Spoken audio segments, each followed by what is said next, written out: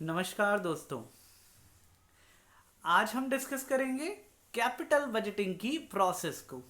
यानी कि जब हम कैपिटल बजटिंग डिसीजन ले रहे हैं, हमारे इन्वेस्टमेंट करने का डिसीजन ले रहे हैं, तो उसकी प्रोसेस किस तरीके से रहेगी, कैसे कैपिटल बजटिंग डिसीजंस यहाँ पर लिए जाते हैं, शुरू से लेकर के आखिरी तक उनकी प्रोसेस किस तरीके से रहेगी, वो हम इस वीडियो के अंदर डिस्कस करेंगे। आइए शुरू करते हैं कैपिटल बजटिंग की प्रोसेस। जब हम कैपिटल बजटिंग की प्रोसेस की बात कर रहे हैं, तो सबसे पहला काम है हमारा आइडेंटिफाइंग इन्वेस्टमेंट अपॉर्चुनिटीज। सबसे पहले क्या करना होगा आपको, इन्वेस्टमेंट अपॉर्चुनिटी को आइडेंटिफाई करना पड़ेगा। Once you have identify the investment opportunities, now we will assembling investment proposal. हम इन्वेस्टमेंट प्रपोजल्स को डेटा फोरकास्ट के हिसाब से असेंबल करेंगे। क्या रेवेन्यू मिलने वाला है, क्या बेनिफिट मिलने वाला है, क्या कॉस्ट लगने वाली है, ये सब इन्वेस्टमेंट प्रपोजल की असेंबलिंग कहलाती है। अभी इनको डिटेल में डिस्कस करेंगे। सबसे पहले अपन ने क्या करा, यहाँ पर अपॉर्चुनिटी आइडेंटिफाई कर ली इन्वेस्टमेंट की। देन हमने क्या करा, इन्वेस्टमेंट प्रपोजल को असेंबल किया। क्लियर, इकट्ठा कर लिया। जो जो भी अपन ने यहाँ पर टुकड़ों में जानकारी इकट्ठी करी थी, उन सबको इकट्ठा कर लिया। एक बार हमारे पास सारी प्रपोजल की जो भी डिटेल्स है, जो भी इंफॉर्मेशन से वो असेंबल हो गई। अब हमें यहाँ पर डिसीजन लेना होगा। डिसीजन मेकिंग, डिसाइड कीजिए भैया, आप इस प्रपोजल के ऊपर जाना चाह रहे हैं या फिर नहीं जाना चाह रहे हैं। डिसीजन हो जाने के बाद capital budget and appropriations. Capital budget and appropriation का मतलब है हम अपने लॉन्ग टर्म फंड्स को अब यहां पर डिस्ट्रीब्यूट करेंगे। क्लियर, अलग अलग जगहों पर।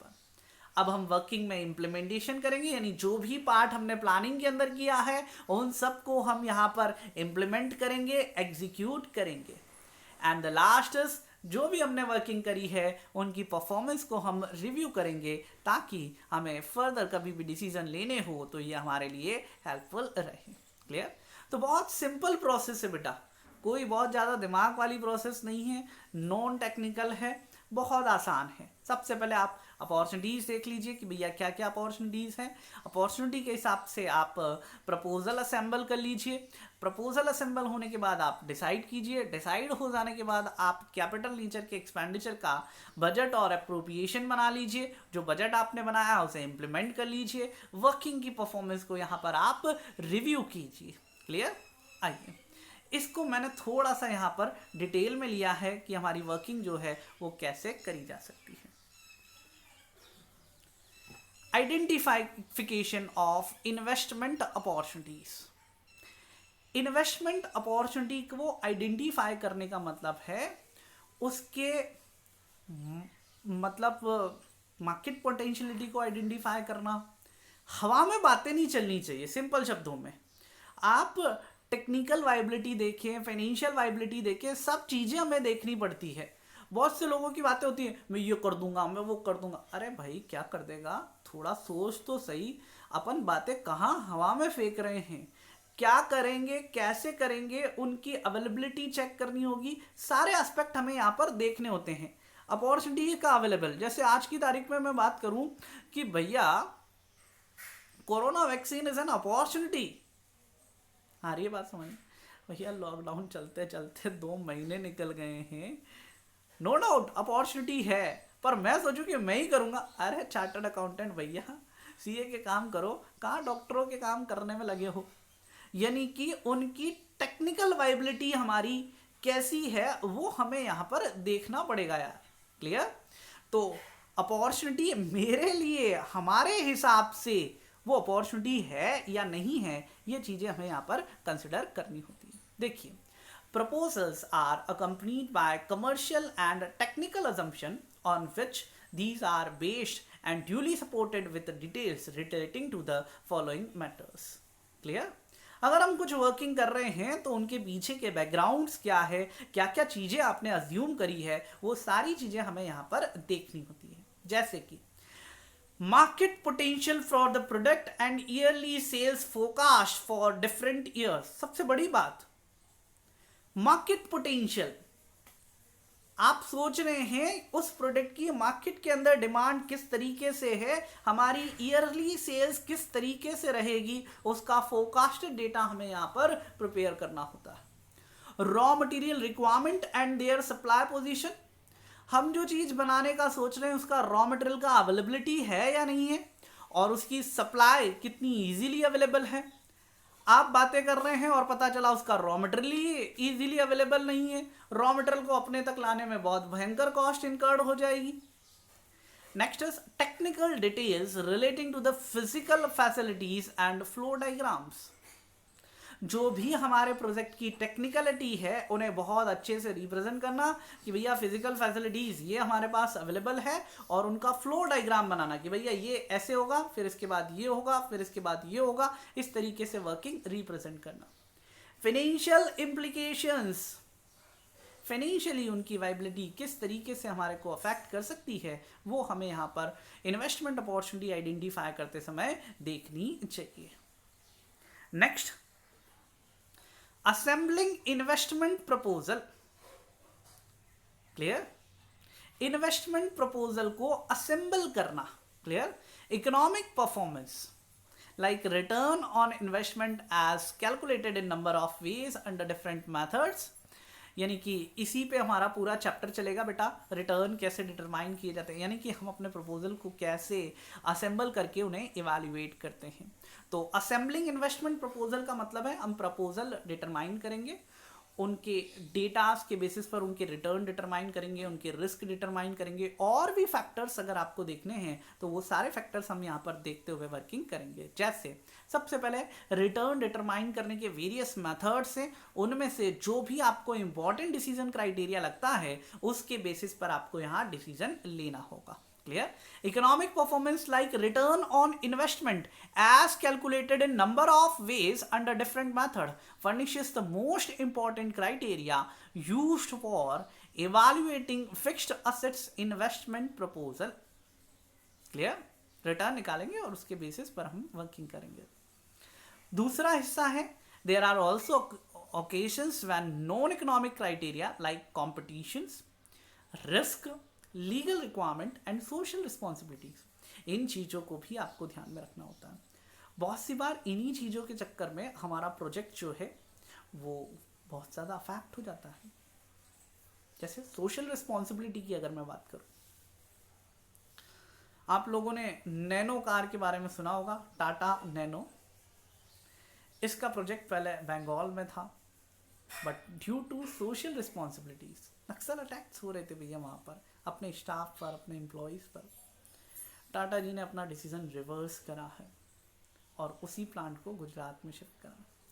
प्लांट शिफ्टिंग की कॉस्ट इतनी भयंकर होती है कि आज भी टाटा नैनो अपने आप में सर्वाइवल पोजीशन के अंदर नहीं है। क्लियर? हो सकता है प्रोडक्ट ड्रॉबैक भी बहुत कुछ हो, लेकिन एक कैपिटल बजटिंग के जो डिसीजन को शिफ्ट करना, रिवर्स करना, वो अपने आप में बहुत ज़्यादा कॉस्ट एडवर्स हो सकता है। क्लियर? तो इन चीज़ों को भी हमें यहाँ पर ध्यान में रखना होता है। डिसीजन मेकिंग, जो आपने ऊपर इन्वेस्टमेंट प्रपोजल असेंबल करे हैं, उनके रिटर्न्स वगैरह डिटरमाइन करे हैं, उनके बेसिस पर भैया अब डिसीजन ले लीजिए। It would be useful if proposals are properly classified and diagnosed before their evaluation. Investment proposal may be classified on the basis of degree of risk involved or the extent to which they are postponable.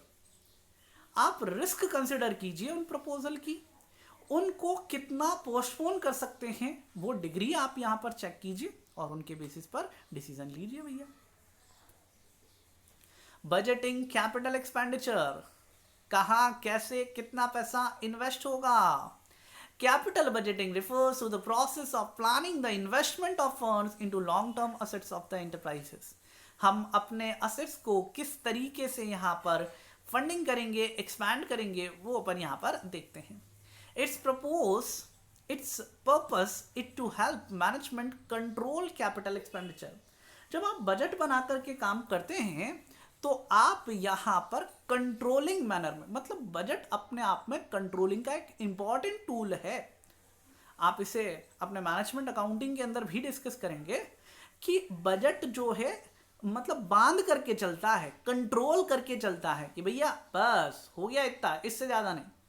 हम भी कभी party वगैरह करने जाते हैं तो एक budget की लिमिट लेकर के चलते हैं, अदरवाइज खाना देख करके तो इंदौरी लोग पसर ही जाते हैं, भैया ये भी खाना है वो भी खाना है। भैया बजट के अंदर रह करके बजट आपको वहाँ पर कंट्रोल करने का काम करेगा। Capital budget is a snapshot of the plan and projects for the coming year for which approval is sought. ये जो कैपिटल बजट है ये आगे की प्लानिंग को बताता है, स्नैपशॉट बताता है कि भैया ऐसे ऐसे से फ्यूचर में काम होने वाला है, तो उसी के हिसाब से हमारा काम होना चाहिए। Capital budget should be flexible so as to eliminate some of the projects already included but allow addition of new projects that deserve consideration.